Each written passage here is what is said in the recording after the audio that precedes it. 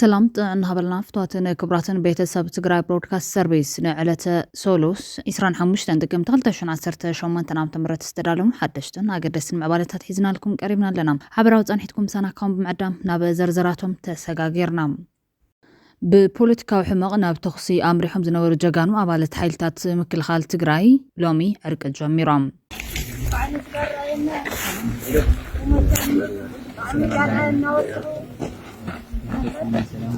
تقراويتي موديل رهوا كنف عالم لخش لما تمرر حدق أنستي أوروبا تعويتام أسترالياوي حلافي عدنا تقراي هاجر كتكون زلو دليت الماقالي جلام بخالي وغان جنرال ساموراينوس ناو قداي تقراي تماليسوم بتمدوس تجمرة تسفى سلام هزبتات تقراين إيرتران أبدوات حدش ملكك حجميرو لهم عالم بزفلتوك حدت بنفتزام ناقربابتو تدرات بمعدام أبا زيقوم جونوسايد زفتزامو لعلو أزستي سراوت إثيوبيا تمدوس مبادة كم زفتر اللهم الرقاقي تمالهم وعزنا خم الترتار نام التأممان كاب سقطان بهال كاب كوينات ناب سلامي من سيات إيرتران تقرين زلنا عقمن كإلتن فولتوينا إذا عقمن كإلتن بحماق انتو علنايو كفت رزغل كزفت رينا يوينا زلنا عبا عقمن كإلتنا وهايدنا انت تتقيمنا لرما كم توزغل سلام معبالا بؤمة بالريخ سمدو أفنجو كم زندفو جنرال باجا دبلي بمرارة تزاريبو እንዴት እንደምንዋጋ ኤርትራኖች ያቁናል በረንብ አርገው ያቁናል አሰብ የኢትዮጵያ ነው ማለት ሉዓላዊነት መዳፈር ነው ይላሉ የኤርትራ መንግስት እንዴ የሰው አፍንጫ የመታ አፍንጫይን አትምታለ እንዴ ጆኖሳይድ ፈጸመብኝ ሲል ከነበረው ሻዕቢያ ጋር አሊያንስ ይፈጥራል ሉክ ይሄ ራሱ ክደት ነው የራስህ ጥላ ጨለማ ሲሆን ይከዳል ይሄን እንድንክድ እንድንረሳ እንድንሳደም ይፈልጉ አይሎች ሞኞች ናቸው አናደርግም እሱ በጣም ነው የምናመሰግነው የኤርትራ ህዝብና መንግስት ስላደረገው ነገር ይሄንን ባጥንት በደንብ የተገነባ እንደማያዋጣቸው ስለማያውቁ ነው ይሄንን ለመነጠል የሚፈልጉ እንደ ኢትዮጵያ ሰራዊት ሺህ ከፍለናል እንደ ኤርትራ ሰራዊት ሺህ ከፍለናል ሆም ብለው ነው የሚያደርጉት እኛን ለመነጠል ከዚህ በኋላ የኤርትራ ችግር የኛ ችግር ነው የኛ ችግር የኤርትራኖች ችግር ነው 2013 ፊሊጶስ ወልደ ዮሐንስ የተባሉት የኤርትራ ጦር ሰራዊት አዛዥ እነ ብርሃኑ ጁላን እነ ባጫ ደበሌን እነ አበባው ታደሰን እነ መሰለ መሰረትን እነ ግርማ ከበበውን ከበው ሲመሩ በነበረበት ወቅት ፊልድ ማርሻሉ ለሁለቱም ሀገር ጦር ደሞዝ ይከፍሉ ነበር ያ ፎቶ የተነሳውም ያኔ ደሞዝ ለመቀበል በባንክ ውስጥ የተገኙ የሁለቱም ሀገር ወታደሮች በቆሙበት ወቅት ነው ፊሊጶስ የሁለቱም ሀገር ሰራዊት አዛዥ እንደነበሩ የተናገሩት ደግሞ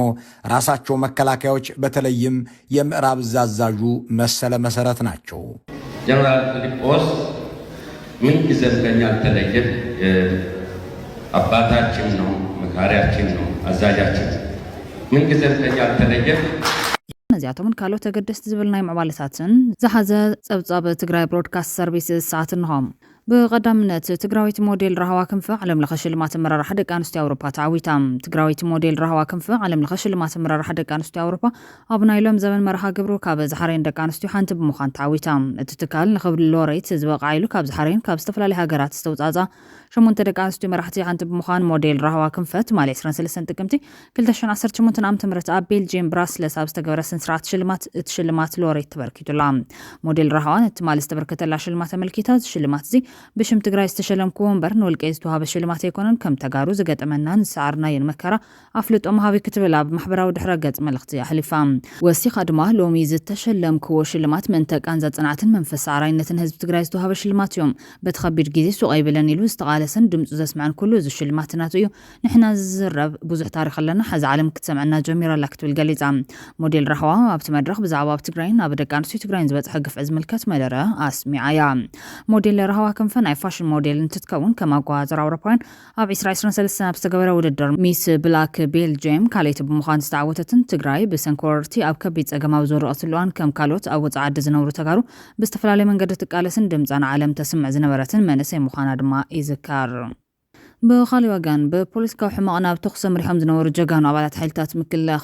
تግራይ لوم عرق جاميرام مراحت هايمانوت عبيت عدن عديتاتن ناب حارة مريت بمخاد مس عبالاتن مرحينة TPF تزراريبهم كلو عبالاتن يتعطوق حايلي أرقاقيتهم أكتيفيست حوحاتن حادة كابتواسات تمدون زغانة برهانة قبرة قرقسون ودب حوحاتن وتدراو كوماند سراوي تግራይ ناب عفار نزركو نبر عبالات TDF ناب تግራይ عدوم نكملسو مراحت هايمانوت اللي هم كبل أرقاقيتولهم إنه زعبي بسرعة عبت بحخلت جنرالات إثيوبيا بلعل تግራይ ፕሮፓጋንዳ ጀመሩ ልዕለት ዮም ካወረዳ ራይ ያዘውን ወጀራትን ዝተውጻጹ መራሕት ሃይማኖት ዓበይት ዓድን አዴታትን ዮም ባዕርሰ ተበግሶ ናብ ሓራ መሬት ከይዶም እትፍለሊ ብዘይ ኩናት ንኹዳ ዝተዘራረቡ ክብሉ ኣብ ዓፋር ዘለው ደቂ ትግራይ ገሊጾም ኣለዎም ሽማግለታትን መራሕት ሃይማኖትን ዘኽብርን ንኽብሪ ትግራይን ተጋሩን ዝግደሱ ዝኾኑ ኣባላትን መሪሕነትን TPF ድማ ድሙቕ ኣቀባብላ ገይሮምሎም ክብልውን ወሲኾም ሓቢሮም ኣለው ዋላካቶም ኣብ ዓፋር ዘለው ወገናት እቶም ሽማግለታት ባዕርሰ ተበግሶ ከም ዝኸድዎም ተገለጾም ብርሃነ ገብረ ገርግስ ቦጋኑ ውድብ ሕወሓትን ወታደራዊ ኮማንድ ሰራዊት ትግራይን ኣብ ዓፋር ንዝርከቡ ነበር ኣባላት TDF ናብ ትግራይ ዓዶም ንክምለሱ ለበዋዝ ገብሩ መራሕት ሃይማኖትን ዓበይት ዓድን ናብ ሸኸት ለይኹሎ ክብልዩ እቲ ቅድሚ መዓልታት ዝነበረ ልውውጥ ተኽሲ ናብ ልውውጥ ሓሳብን ዕርቀ ሰላምን ከም ዝተለወጠ ኣበሲሩ ዘሎ ኣብታ ብጸላእቲ ዝተኸበበት ትግራይ ብብረት ዝመጽእ ለውጢ ኾነ ብብረት ዝቕጽል ስልጣን ከም ዘየለ ርግጸኛታት ዝኾኑ ተጋሩን ፈተውቲ ትግራይን ደቂ ትግራይ ናብ ልዝብ ክምለሱ ኣይንምለስን እንተኢሎም ግን ኩነታት ናይታ ወልቀ መላኽ ስርዓት ብህዝባዊ ዓመፅ ኣውሪቓ ድሕሪኡ ዝመፁ ጀነራላት ግን ኣብ ድሕሪኦም 15 ሃገራት ተሰሊፎም ናይ ምድሪ ገሃነም ገይሮማ ዘለው ዓዲ ሕያዋይ ህዝቢ ዝኾነት ሱዳን ብትኹረት ክሪኡ ከጠንቅቑ ጸኒሖም እዮም በጉዳይ ባንስተልዓለ ዓመፅ ሱዳን ንስርዓት አልበሽር አውዲኦ ነስቢላዊ መንእሰይ ዓብደላ ሐምዶክ ክትክኳን ተኻለም ድሕሪኡ ዘጋጠመ ኩነታት ግን እቶም ሱዳናውያን ድሌት ለውጢ ካብ ዝቋፀሩ ወፃ ኮይኑ ከም ዘሎ ይፍለጥ እዮም ኣብ መውዳእ ስርዓት አልበሽር ቀላሲት ዓመፅ ዝነበረት አላ ሳላሕ ሓንቲ ኩነታት ሃገሮም ካብ ቁፅሮም ወፃ ኮይኑ ሕድሕዳዊ ግጭት ሱዳን ንናይ አልበርት ስርዓት ዘናፍቕ ኮይኑ ክሪኡ ካብ ዝተገደዱ ድሌት ለውጢ ሱዳናውያን ድሌት ለውጢ ሓንቲ ኣብ እዋኑ ክሳብ ንግስቲ ኑቪያ ተባሂላ ብህዝቢ ሱዳንን መላ ህዝብታት ዓለምን ተቃለስታ አንጻር ጨቆን ስርዓታት ተናይዳ ማዕኸናት ዜና ዓለም እሞድማ ከም አርማ ወይ መለለይ ሰውራ ባን ሱዳን ተወሲዳ ፈቅዱ አሳላ ይዘውር ነይሮም አላ ሳልሕ ኣብ እዋነት አንጻር ስርዓት ዑመር አልበሽር ዝካየድ ዝነበረ ህዝባውን ኣብ ሱዳን ሚያዝያ 2019 ሓንቲ ካብቶም ብነድሪ ህዝቢ ዘላዓሉ ዝነበሩ መናእስያት ከም አላ ሳልሕ ዝኣመሰሉ ሰባት ኣብ ዓለም ባህር ንህዝባዊ ምላዓል ኮነ ተቃሞ ኣድማዕቲ ክኾኑ ይኽእሉ እዮም ኣብ ማእኸል ሓፋሽ ንነብሶም ከም ሽምዓ ክረኽብዋን ናይ ብሓቂ ቆራጻትን ተባዓትን መሳግሮ ወይ ድማ ድልድል ናይ መድረኽ ኮይኖም ክጸንሑን ይኽእሉ እዮም ተኾነ ግን ትሕቶ ኣብ ማእኸል ሓፋሽ ኮይንካ መሰጋገር ድልድል ክትሰርሕ ከለኻ ህዝቢ ካድዩ ክሰግረሉ ዋላስ ጸላት እዮም በቲ ድልድል ሰጊሮም ኣብ ቤትካ ከኣቱኻ እርግጸኛ ክትከውን ኣለካ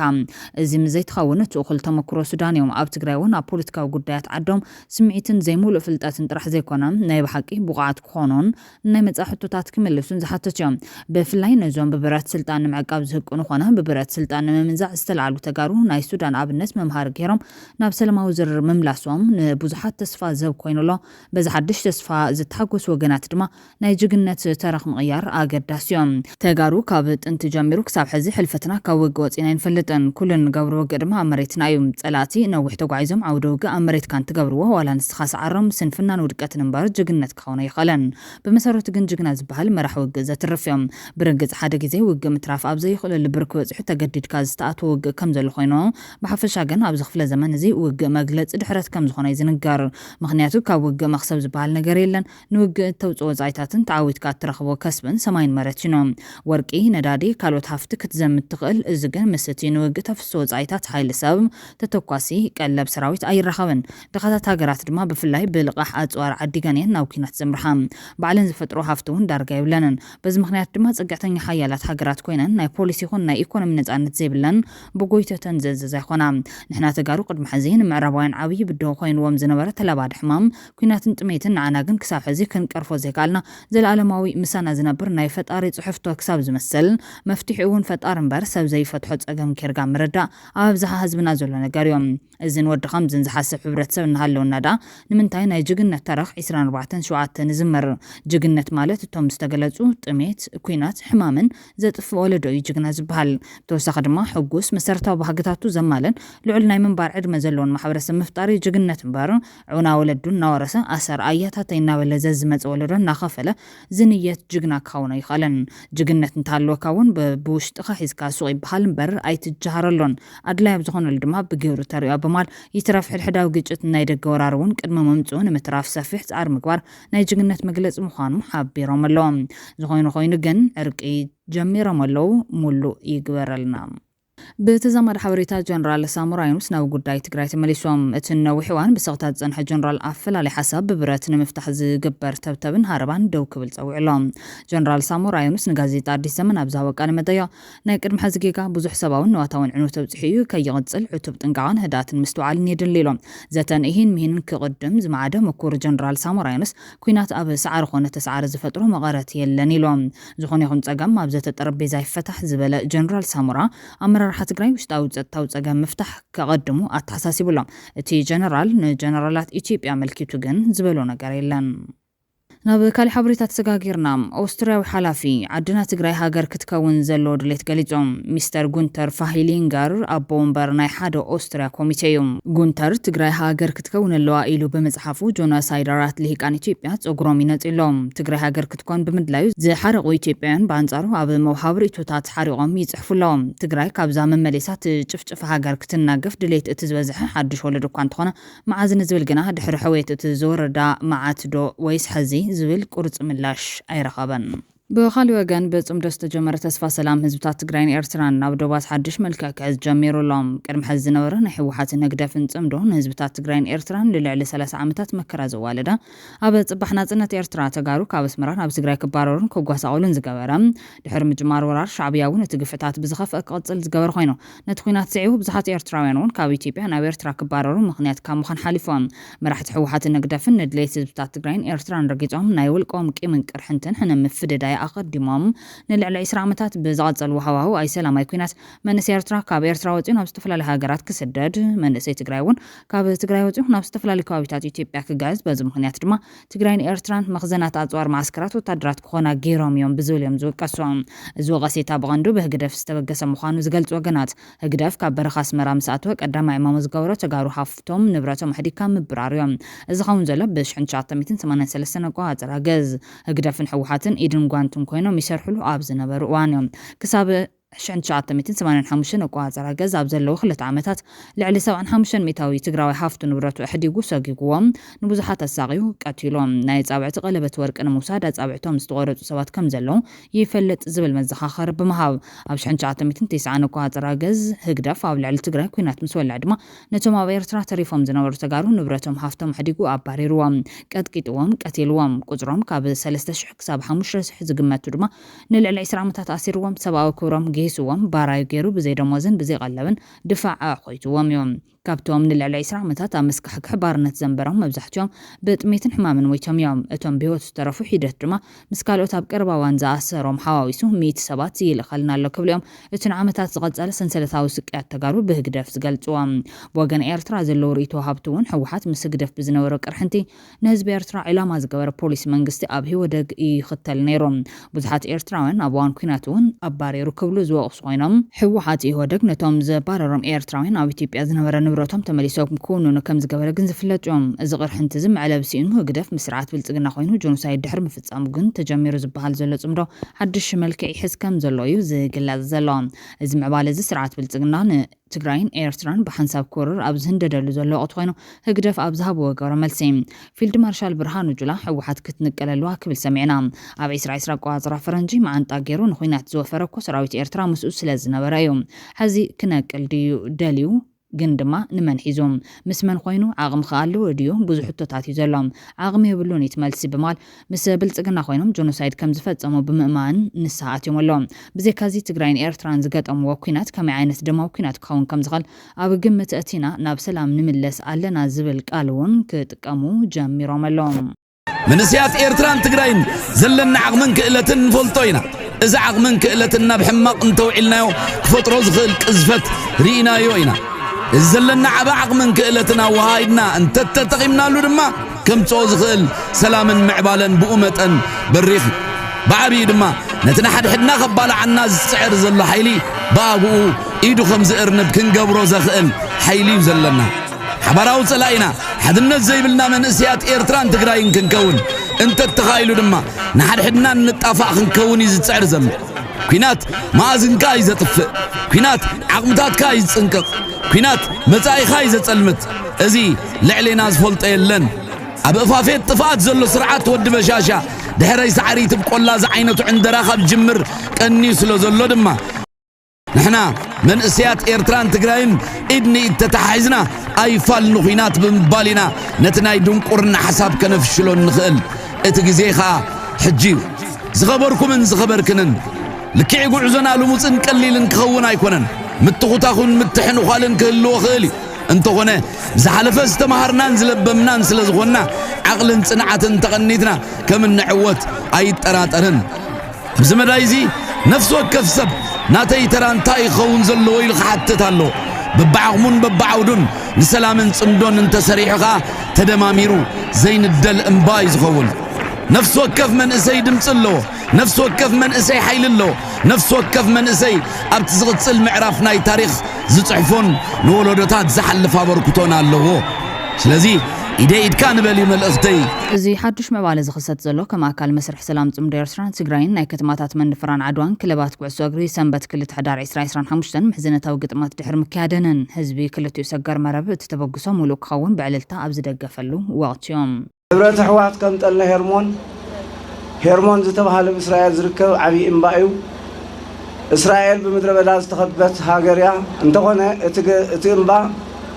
بلايتي ما تشافينا حدر مو ورشي يقدف ورشي مالت زعزع يكونن برد كا يكونن تمساسال بردي صحاي مسكونه يمكهم مو وحزو خوينن عبد الله سي خيد اسرائيلاويان كابت طلتي افريم وشت هاجرهم زي كونس نابكال سدد يسدو انقع زرعنا انقع بزصحنا استرفد ما فصم فورخ قبرلنا ولدتات እግዚአብሔር ቅዱስ ፈቃድ ይሆናልና ዘንዳወልኩ አለያት تكالنا تجراي برودكاست حاويسكا بوزحات تجارو التبجيسو تصنح عمدهن مرحنا تجراين حزب تجراين زبتاتن أكايدا بمراتو نتجراين أو كالي حدا جازودان نحزب تجراين أب من كرع رزوتن بمخانو عريو كمتس كقالسو تصنح خوينام بوجن تجراي زلو كان بعل ستالين جور سلاسي برهانة جور جرجسون تماسال مرجز بمحزون بوجع تجيجا كرم بمحتاتهم ركب زبتاتن تجراين إيرتران حدش ولدو خلتيو زبتات بزعم ببو ملكع حدش ملكع كحز تسفا زو كوينو لام ታደሰ ወረደ ዓለም ገብረ ዋህድ ኢሳያስ ታደሰ ሓላፊ ፕሬዝዳንት ቤት ጽሕፈት ተወልደ ዕንበብ ሓላፊ ስለያ እዮም እዞም ዝገለጽኩልኩም ሰባት ትግራይ ብጥንቃቐ መነጽራ ኣጽርያ ክትርእዮም ዘለዋ ሰባት እዮም من أول مردات هيبكاس بأول جيركا تتنقوا TDF حوحاتن شنو من تاي تزاربي يكون زلوا نصهم صرحهم يمصرح زلوا تعرف قولوا زلوا مسلكم تجراي زستداخل مريحنات نشعبية إيدو ذهب مريحنات كلها تخفف لنا النوع الفرارح كلها يمزل نمنتاي نازللكا قلت أجرها حسكا نافتنا شعبية تراك مساعتها بتراب حيزهم بتمسعودي حيزهم تلا أغني خاي تلا أغني شعوب بالله تلكا إثيوبيا بمسكايا بخدت بهاجرة وخدت يا تحتك ناصرنت كوني ترجع صنع عقمي والكان تخفافل كايها شعبية عتسقع كان تقوينا تلا أخي ناي شعبية تكون كتكل لك لونج ترم يمزح حسوز اللون سم سخاوزي غني خاف فينشها أنا personally أبتنا إيرترا politics إذا خدت يدلن تصمدو خسقوم تقوين نقدمت only عب محبراوي قدات حزبي مسجد عبزكر عرب قدات إيدي عبناي politics إيرترا ويكعبنا إيرترا politica خير تخو قصة ليزدلي just خامو خاونا لو بوجن إيرترا يعني فاتنا ون تيناي تجراي politics التجراي قدي فوم only after حزب تجراي حزب إيرترا نذكر عرب نجر طرح تتصرفوا ريتو لني لعنت بزخون يوتيوب هدمونا بروموشن مثلا بزعبا زخون حساب التفنو نجر نيرو ታደሰ ወረደ ዓለም ገብረ ዋህድ ተወልደ ዕንበብን ኢሳያስ ታደሰን ተጠንቀቆም ገለ ዝብል መልእክቲ ዓይነት ዝተመሓላለፈ ኣለኹ ካብ ወገን ኤርትራ ጽምዶ ዘተሓባብር ሰብ እዩ ከምኡ ዓይነት ወፂኡ እዚ ጽቡቕ ይመስል ናይ ትግራይ ፖለቲክስ ዝተጋሩ ጥራሕ እዩ ክግደፍ ዘሎ ንሕና ትግራይ ዓድና ኣብቲ ናይ ትግራይ ፖለቲከኛ ኣየና ሕማቕ ኣየና ጽቡቕ ዝብልስ بدم بنفلتنا من يستغنى من يزود الناس بدم بعصبقنا نفلتنا انا ابنا ايرترا بوليتيكا ايديتي ن حقوس كشا تطنققو ن اساياس تطنققو ن አብርሃም ካሳ ተጠንቅቆ ዝብል ተኮይነ ብቀጥታ ኢዴ ኣብ ናይ ኤርትራ ጉዳይ የእተለኹ ማለት እዩ ስለዚ እዚኦም ቦርደር ክህልወና ኣሎ ከም መተሓሳሰቡ ማለት እዩ بقيم زسخروا العلوت حلفت خلتي ودبات استخلوا ودمنت أبي أحمد قدم شد شعمتاس نابطق من معال دوبات مسكفته كان بعل برقيت محمد زبلو أبتي سبب عوان أبقون هزب تقراي زغام ولادات هزب إرتراز فريق غينام هز تجمير زلت أمدو هزب مس هزب دما نقمتان أيتم مرحت السعر تدوقي لتسان حفار خلتي هزبي برهانو كان صبارق أفدق كم زغفت أيو زرقاق زلام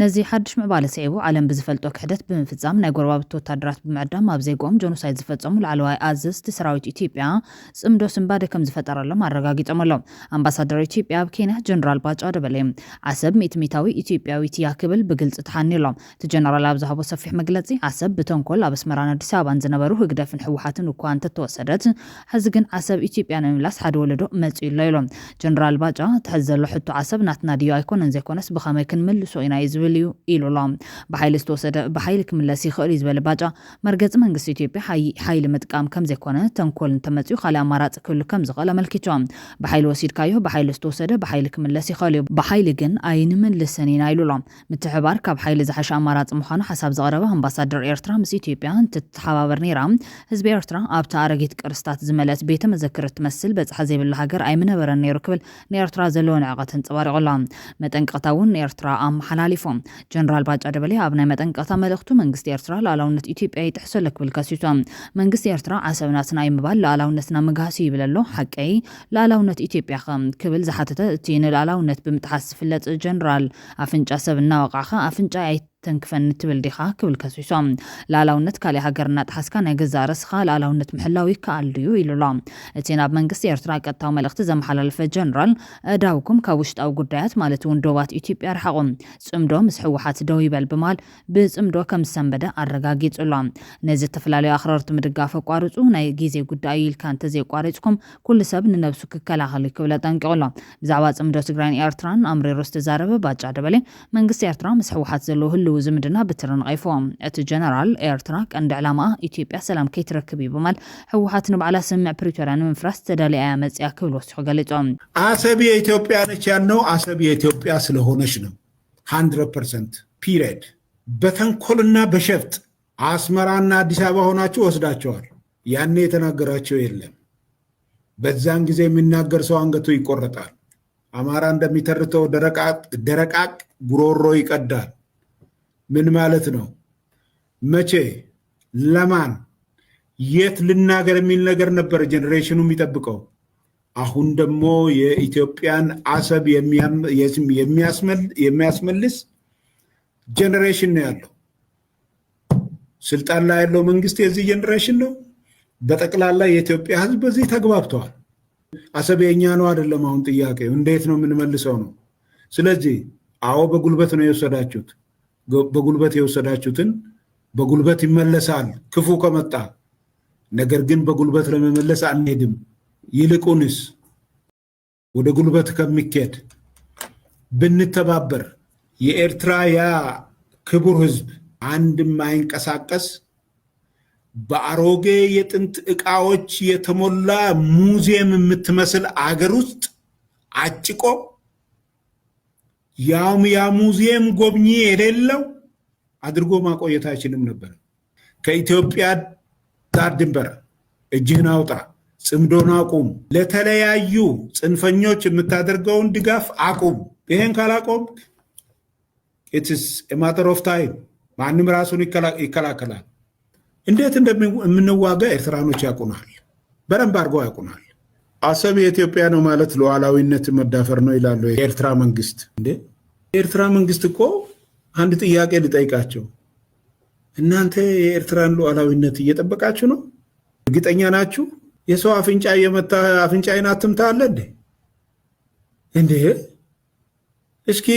እናንሳ ኢትዮጵያ ውስጥ ገብታችሁ ስታበቁ እንዴ ኢትዮጵያ እኮ ምንም አላለችም እባካችሁ እጃችሁን አውጡ ነው የኢትዮጵያ ሉዓላዊነት ደፍረ ያንተ ሉዓላዊነት የት ነው ያለው? ሌላ ሀገር ሉዓላዊነት እየተዳፈርክ የራስ ሉዓላዊነትን መጠበቅ አለ እንዴ? የኢትዮጵያ መንግስት እኮ ትዕግስቱ ወደር የለውም። እና ማን ነው የኤርትራን ሉዓላዊነት ተነካ ብሎ የሚከራከርልህ? የኢትዮጵያ መንግስት ትዕግስት በተገቢ ተጠቀሙበት። ሴትዮዋ ነጠላ አምጪልኝ እባክሽን እጄ ልሳደብ ብላ አንዱ ከመንገድ መጥቶ ማማ ምን ነው እንዴ ነጠላ ሳይለብሱ ወጡ ብሎ ብላቸው በይተዩ ሌላ ቦታ ለድም የሚሰደበውን እዚህ አግኝቻለሁ እንደተባለው ኤርትራ መንግስትም ምን ብሎ ነው እሱ ቲፒኤልኤፍ ጋር የሚጣላው? ቲፒኤልኤፍ ራሱ ተዘጋጅቶለት መጣ ከመንግስት ጋር ፕሪቶሪያን የሚያፈርስለት ከሱ ጋር አንድ ሆኑ። በዚህ መሰረት እሱ የሚፈልገው ዓላማው የኢትዮጵያ ሰላም እንዳታገኝ ነው። ስለዚህ ለኤርትራ መንግስት ተቃርኖ አይሆንበትም። ዓላማው ኢትዮጵያ ሰላም እንዳታገኝ ነው። የኢትዮጵያን ሉዓላዊነት መድፈር ነው። ተቃርኖ የሚሆነው ለማን ነው? ለቲፒኤልኤፍ ነው። ቲፒኤልኤፍ በጄኖሳይድ በዝርፊያ እና ሴቶችን በመድፈር 70% በኤርትራ መንግስት ተረጋግጧል የሚል ነገር ነው የነበረው። ይሄንን ጭልጥ አድርገው በራሳቸው ላይ ዙሮ ጥለው በትግራይ ህዝብ ላይ ጄኖሳይድ ፈጸመ ከሚሉት በላይ ሌላ ጄኖሳይድ የቲፒኤልኤፍ ዋርሎዶች ፈጸሙ። ካሊበት ጽምዶ ዝሰንበደ ፊልድ ማርሻል ብርሃኑ ጁላ እቲ ምስ ሻዕብያ ኮይኑ ጄኖሳይድ ዝፈጸመ ኣዛዝ ሰራዊት ኢትዮጵያ ሎም ተገምጢሉ ምስ ሻዕብያ ናብ ደብ ሰጌርካ ጽምዶ ገለ ምባል ኣንጻር ፕሪቶሪያ ክብል ተሰሚዑሎም። ብዛዕባ ኣብ ትግራይ ዘሎ ምሕዳራዊ ጸገማትን ሰፊሕ ናይ ሰናይ ምሕዳር ጉድለታትን ዝምልከትን ህዝቢ ትግራይ ጥራሕ ዝግደፍ እኳ እንተኾነ ጀነራል ብርሃኑ ጁላ ላዕለዋይ ኣዛዝ ሰራዊት ኢትዮጵያ ኮይኑ ሃሎ ንህዝቢ ኢትዮጵያን ሕገ መንግስቲ ኢትዮጵያን ዝኣተወ ቃል ኪዳን ክሒዶም ምስ ሰራዊት ጉረባብቲ ሃገራት ኤርትራን ሶማልያን ሓቢሩ ናይ ባዕሉ ኣካል ኢትዮጵያ ዝኾነ ህዝቢ ትግራይ ዝወረረን ሃገራዊ ክሕደት ኣብ ቅድሚ ዓለም ዝፈጸመን ናይ ኢትዮጵያ ላዕለዋይ ኣዛዝ ሰራዊት እዮም። ንሱን መራሕቱን ኣብ ልዕሊ ህዝቢ ትግራይ ዝፈጸምዎ ክሕደት ኣብ ውድብ ሕብራት ሃገራት ጉዳይ ክፍሊ ዓለም ለኻዊ ገመነኛታት ተመዝጊቡ ዝርከብ እዮም። እዚ ሰብ ሕዚ እውን ሰጋን ከይበለ ተመሳሳሊ መደረታት ኣብ መደበር መንግስታዊ ሚድያታት እታ ሃገር ቀሪቡ ክዕንድርን ክፍክርን ተራይሎም። እቲ ካብ ኩሉ ንላዕሊ ዝገርም ድማ ከምቲ ለባማት ንዕቁ ሲያሰብ ይንዕቕ ዝብልዎ ኣብ ልዕሊ ትግራይ ዘሎ ንዕቐት ሎሚ እውን ከይሓፈረን ከይተሰከፈን ኣብ ሓንቲ ጫፍ ሃገርና ትርከብ ክልል ክብል ንትግራይ ከነኣስፈቲኑሎም ጀነራል ብርሃኑ ጁላን ሓለቕቶቱን ብትምህርትን ታሪኽን ብዙሕ ስለ ዘይደፍኡን ሰፊሕ ናይ ብስለትን ንፅረትን ጉድለት ስለ ዘለዎም ክርዶም ኣይኽእሉ እንዳእምበር ግደ ትግራይ ኣብ ምስረታን ህንፀትን ፀጥታን ፖለቲካን ኢትዮጵያ ናይ ኣስኳል ግደ ዳእምበር ናይ ጫፍ ግደ ከም ዘይኮነ ብዘይማቲ መንገዲ ኣብ ዓበይቲ መፅሓፍቲ ሃገር ብክብሪ ንዘለኣለም ተኸቲቡ ዝርከብ እዮም። እዚ ሓደገኛ ዘረባ ግን ምስ ጀነራል ብርሃኑ ጁላን መሰላቱን ኮይኖም ኣብ ትግራይ ሰናይ ምሕዳርን ዲሞክራስን ፍትሕን ነፃነትን ክነስፍን ኢና ዝብሉ ተጋሩ ዘረባ ናይቲ ጀነራል ተገንዚቦም ፀገማት ትግራይ ብተጋሩ ኣብ ትግራይ ጥራሕ ይፍታሕ ዝብል ቅዋም ክሕዙ ከም ዝግባእ ዘመልክቱ እዮም። ብርሃኑ ጁላ ብወገን ትግራይ ምስ ኤርትራ ዝግበር ምትሕባር ከወግዝ ምርኣይ ንጉጅለ ብልፅግና እንትኾን ትኽክል ንኻሊእ እንትኾን ስሕተት ዝኾነሉ ኣመኽንዮ ካበይ ኣምፅኦ ዝብል ሕቶ ዘልዕል እዮም። ኣብ ታሪክ እታ ሃገር ከም ብልፅግና ላዕላውነት እዛ ዓዲ ዝደፈረን ዘዋረደን ካሕዳም ጉጅለ የለን ዝበሉ ተዓዘብቲ ጂኦግራፍያዊ ላዕላውነታ ዝተመንጠለትን ቁጠባውን ፀጥታውን ላዕላውነታ ዝተመንዝዐትን ብሓፈሻ ኩለ መዳያዊ ድሕነታ ዝተነጠቐት በዚ ነውረኛ ጉጅለ ስለምዃና ህያው ምስክር እዩ። ህዝቢ ትግራይ ነፃ ክወፅእ ኣለዎ ክብል እውን ተሰሚዑ። ህዝቢ ትግራይ ኣይኮነን ንባዕሉ ንብርሃኑ ጁላን መሰላቱን እውን ነፃ ዘውፅእ መን መንባርካ ብኸመይ ትረአ መንባርካ ብርሃኑ ጁላ ጥራሕ ኣይኮነን እቲ ዝወፅኻሉ ማሕበረሰብ ሙሉእ ብሙሉእ እውን ዝስሕቶ ኣይኮነን ኢሎም ኣለው። ወሲኾም ድማ ከምዛ መሰለ መሪሕነት ካብቲ ዘለዎ ኣዝዩ ትሑት ናይ ታሕተዋይነት ስምዒት እናተወገሰ ነቲ ጫፍ እናበለ ዝፅዋዕ ዘሎ ህዝቢ ነቲ ስቃዩ ከም ቀንዲ ምክንያት ገይሩ ዝወስዶ ህዝቢ ካብ ገጽ መሬት ናይ ምጥፋእ እኩይ ሕልሙ ከፈጽም እዩ ክግደድ ብማል ድማ ነዚ ከም ዝበለ ገበል ድማ ኣይኮነን ምስቲ ናይ ቅድሚ ዓመታት ዝነበረ ናይ ጥፋት መሓዙእ ሻዕብያ ምስ ሰይጣን ኮንካ እውን መንጊልካ ምድርባይ ጽድቅ እምበር ፈጺሙ ሓጢያት ክኸውን ኣይኽእለን። መሪሕነት ሕወሓት ንፉዕ እንተዝኸውን ንተጋሩ ዝሓቁፍ ባይታ ጠጢሑ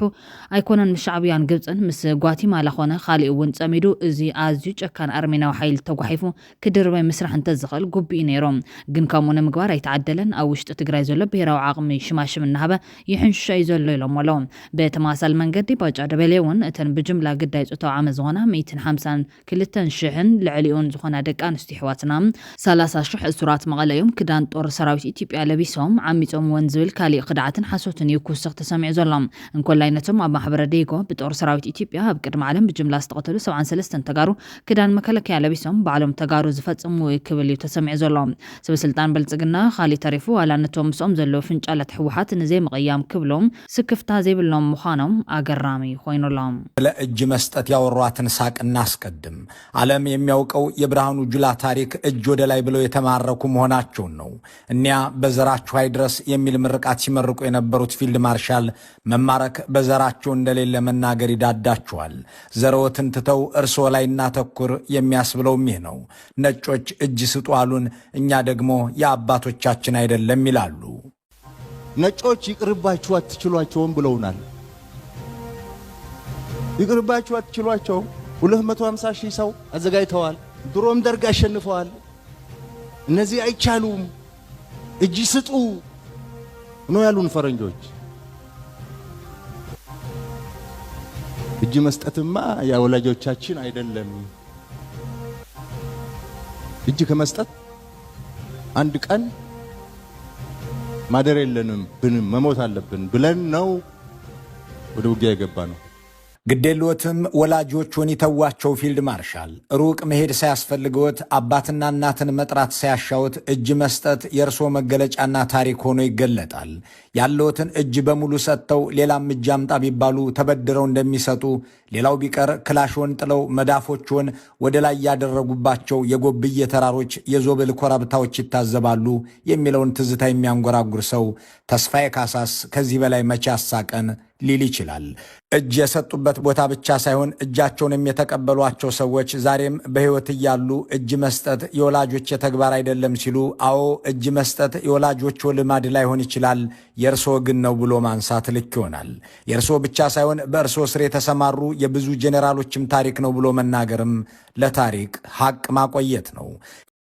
የአብይን ወታደር ገብታችሁ እውነተኛ ሚዲያ ካለ እሳት ወያኔ ድምጽ ይያልክስ እስቲ ስትጎለጉል እስቲ አሁን የአብይን ጉዳው በደቡብ ወሎ መተናዘግብ እውነተኛ ሚዲያ ካለ ደቡብ ወሎ ላይ ተራራ ላይ ሬዛ ቁጥር የህፃናት ሬዛ